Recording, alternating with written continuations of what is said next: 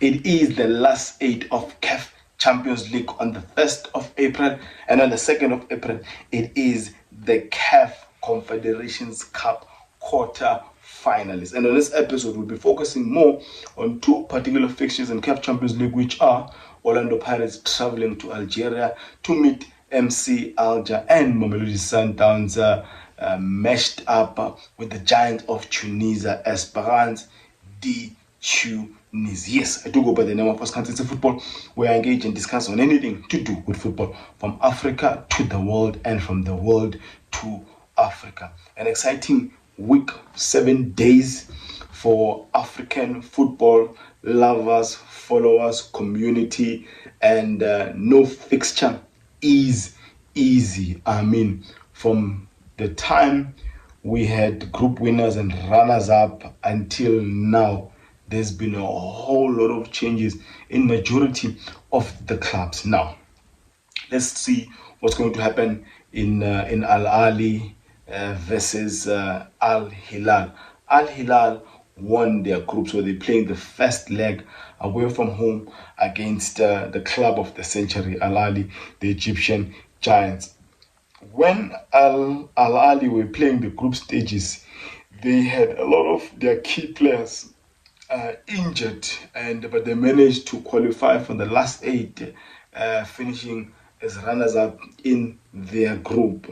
But from that time until now, majority of their stars are back from injuries. They signed some players in January as well. So it's a completely different team that Al Hilal will be faced with in Cairo.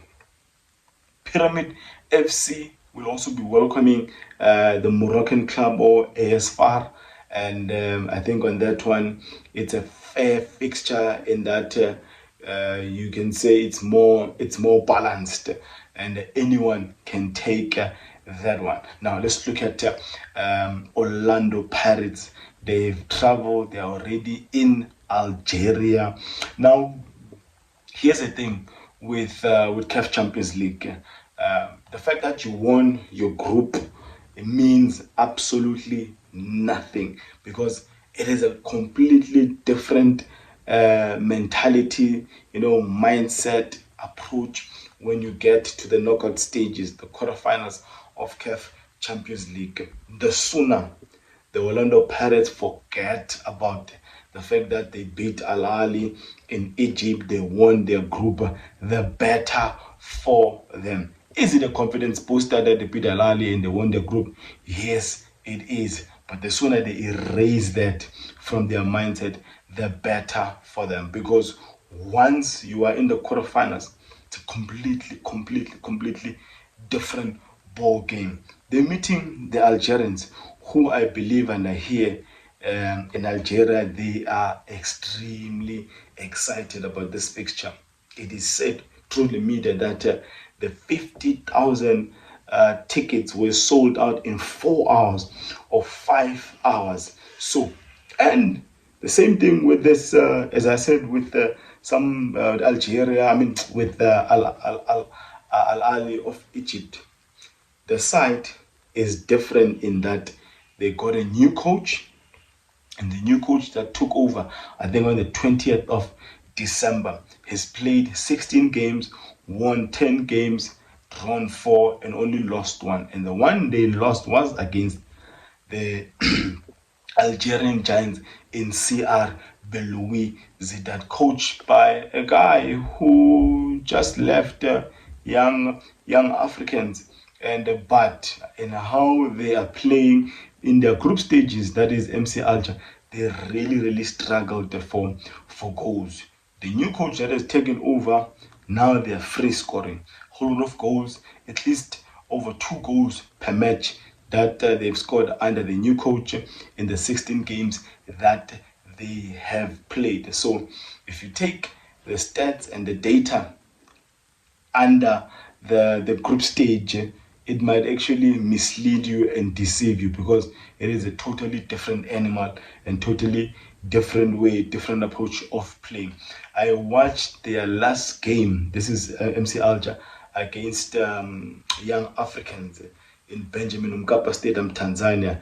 It was a must-win game for young Africans, but they failed. And it was because the MC Alger guys are really frustrated. I mean, it was a low block, and they were playing on transition, playing on a counter. All they needed that day was just to draw the match. They just had to avoid defeat, and they accomplished their goal. This time around, they're facing an Orlando Pirates team that is hungry for CAF Champions League. The last time Orlando Pirates won CAF Champions League was in 1996. I think even Rele Mofokeng was not born yet. So majority of these players would love to rewrite history for Orlando Pirates. And one of the players that Orlando Pirates must really be careful of and watch out for is a guy that does not give up. I mean, he's a hyena. Bayazid is a striker, and he will press, he will run for every ball. I mean, that's the mentality he possesses. I mean, even that 0-0 game they played against young Africans, this Bayazid, he chased every ball. I mean, under the heat and the humidity of Tanzania, he was just tireless. This time around, they're playing at home. They've got 50,000 fans, shouting and backing them up. The 12th man will be behind them, and obviously they are aware that it was this Orlando Pirates side that silenced their neighbors, CR Belouizdad, when Orlando Pirates went there and won the 1-2 against that side. So they are aware of the qualities that Jose Rivero side have got. Now, let's talk about Orlando Pirates. Obviously, Orlando Pirates, they can't be naive and think that because they are visiting the same country, they buried, the CR Belouizdad. They can't go with the mindset that they will do the same thing to this side. I think if MC Alger, studied and watched the game between Mamelodi Sundowns and Orlando Pirates, which was actually their last game, Orlando Pirates, they are fairly a well-rested team.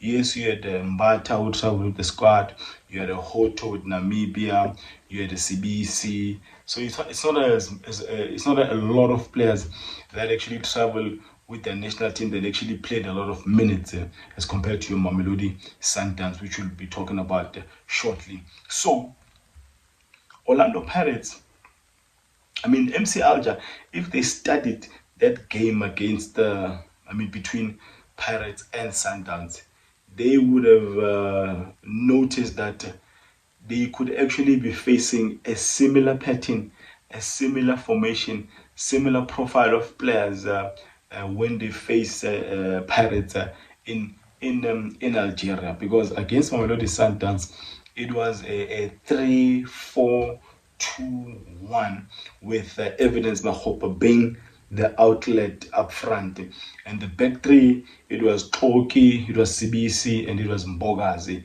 The midfield four of Van Rooyen, Hoto on the left, and then Makaula and Mbata. And then the two behind the striker was Dlamini and Rele Mofokeng, with the top man being a Makgopa. Now, that was a setup that is set to consume and absorb pressure, but when they have the ball, they will use Makgopa, and they will use your Rele Mofokeng, who's got the skill and the pace to eliminate players when they're in transition and when they're playing that counter attack. Because clearly, if MC Alger are playing at home, they would want by all means to put pressure on Orlando Pirates and win. What are some of the weaknesses of Orlando Pirates? I think Orlando Pirates, the defending set pieces is not their strongest, and we know the strength of majority of North African clubs is set pieces, and that's how maybe they will get a goal, nicking a goal here and there. So it's going to be corners, it's going to be free kicks, it's going to be a whole lot of these tactics used so that they can bring their big boys into the box. And it's going to be interesting to see if Jose Rivero will go with the same lineup that he went for against Mamelodi Sundowns. It worked against Mamelodi Sundowns, and it might actually even work against MC Alger, unless he will want to go with his traditional 4-2-3-1 system that he also used when he was playing CR Belouizdad. Now let's go to Mamelodi Sundowns, and Mamelodi Sundowns is playing a giant. Is playing an incredible team in Esperance, the very same team that eliminated them last season, coached by Miguel Cardoso, who now is on the side of Mamelodi Sundowns. So these are two Club World Cup participants at Sundowns and Esperance, and now they're playing a quarter-final fixture of CAF Champions League, the premium competition on the continent. And Miguel Cardoso clearly knows the assignment that Mamelodi Sundowns management, fans, they are desperate to win CAF Champions League. But Esperance, they're an experienced campaigner. They know how to play away games. I mean, last season, the reverse fixture, the second leg, I mean, they really frustrated a Rulani-led Mamelodi Sundowns. Somehow, I'm looking at the fixture and I'm thinking to myself, they will do the same thing even when they're playing on the 1st of April against Mamelodi Sundowns. They no need to compete with Mamelodi Sundowns in the middle, but they will attempt and try to be as compact as they can on that low block, and they will probably have an outlet of Jan Sase, the Brazilian, or Elias Mkwana, or the Algerian star in Youssef Beliali. I mean, the guy is yes, he's older now, but he's got football brains, football intelligence. He can score, whether one-on-ones, whether set piece, whether he's dangerous in the box. So these are a type of players, whenever they have an opportunity, that one opportunity they have, they bury it. That's exactly how Mamelodi Sundowns lost to the same side in the second leg of the semi-final. They had one chance, and the one chance they had, they buried the game. Jan Sasa finished the chance he got. So Mamelodi Sundowns, we must be aware of this. My favorite player at Esperance is Tugai. I believe the centre back is injured or coming back from injury. I doubt tomorrow he will have any minutes. Now, if you look at Mamelodi Sundowns, obviously the traditional lineup that a Miguel Cardoso uses is Williams number 1, a back 4, a midfield 3, and the front 3 of Arenas and Shalulile with the Ribeiro behind them. So it's almost like a double number 9s up top. But on this one, I am thinking that, and obviously you'll have your opinion on your comment section below.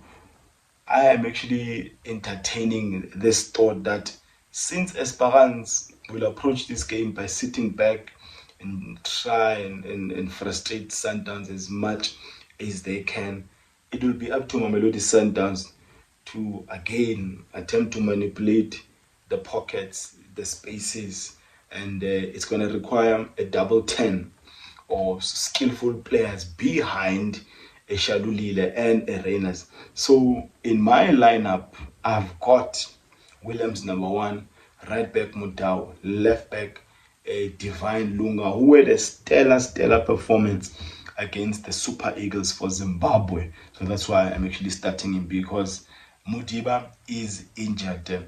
One thing that Mamelodi Sundowns technical team supporters must be aware of is that Mamelodi Sundowns got 3 red cards during the group stages of CAF Champions League. So the discipline of Mamelodi Sundowns is something that was to their downfall during the group stages. So they should, be patient in the build-ups, and not be anxious to get that goal. If it does not come and it ends in a 0-0, I don't think it will be a bad result. The supporters will be there. They should push the team as much as they can. So the central pairing will be, centre backs will be a Suarez and a Grant Kekana. Now, I'm going with the midfield two, double pivot of an Adams and a Mukwena. Please don't bash me on the comments below as to why I am benching an Allende. And then from there on, a double 10 of a Ribeiro and a Teshrik Matthews. Players who will play behind, but they also have the freedom to go on the flanks. And then the top two guys can be a Shalulile and a Irenas. The only reason I'm playing this system is because the guys will already be sitting at the back. So I don't need a midfield three if the guys will apply a low block. I need players who can run behind, the defenders. I need players who are also comfortable coming centrally or vertically.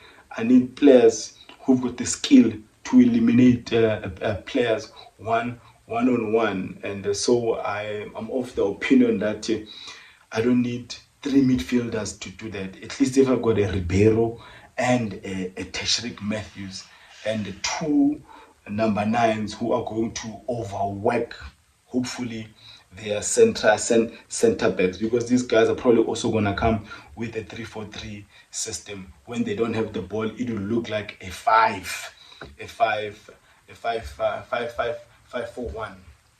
So we need players who are skillful, who can play through the pockets, who can play behind. A Tesh can do that.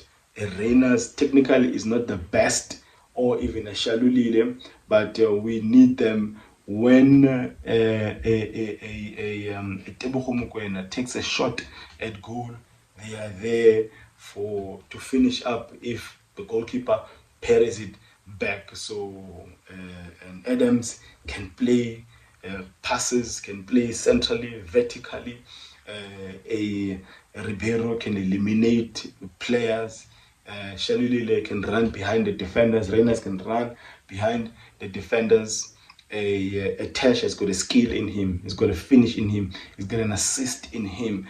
And when we're defending, I trust your Divine Lunga to be able to work well with the Suarez. And same thing on the side of a Grant and a Morena. I'm tempted to also start a Morena in place of a Mudau, because Morena offers us so much when we are going up front, as opposed to a Mudau who's not the best on that side. But let's see in the first 60 minutes what happens. But that's the lineup I'm going to go with. Good luck to the South African clubs who are playing this competition, and also good luck to Stellenbosch, who are playing against Zamalek on the 2nd of April. It's going to be a tough one, not an easy one at all, but I'm excited about these quarter-finals. I'm not going to give any prediction, but I'll probably come back for post-match as to what I thought, how the first leg actually went. Yeah. Let me end it there by declaring, may my God bless you all.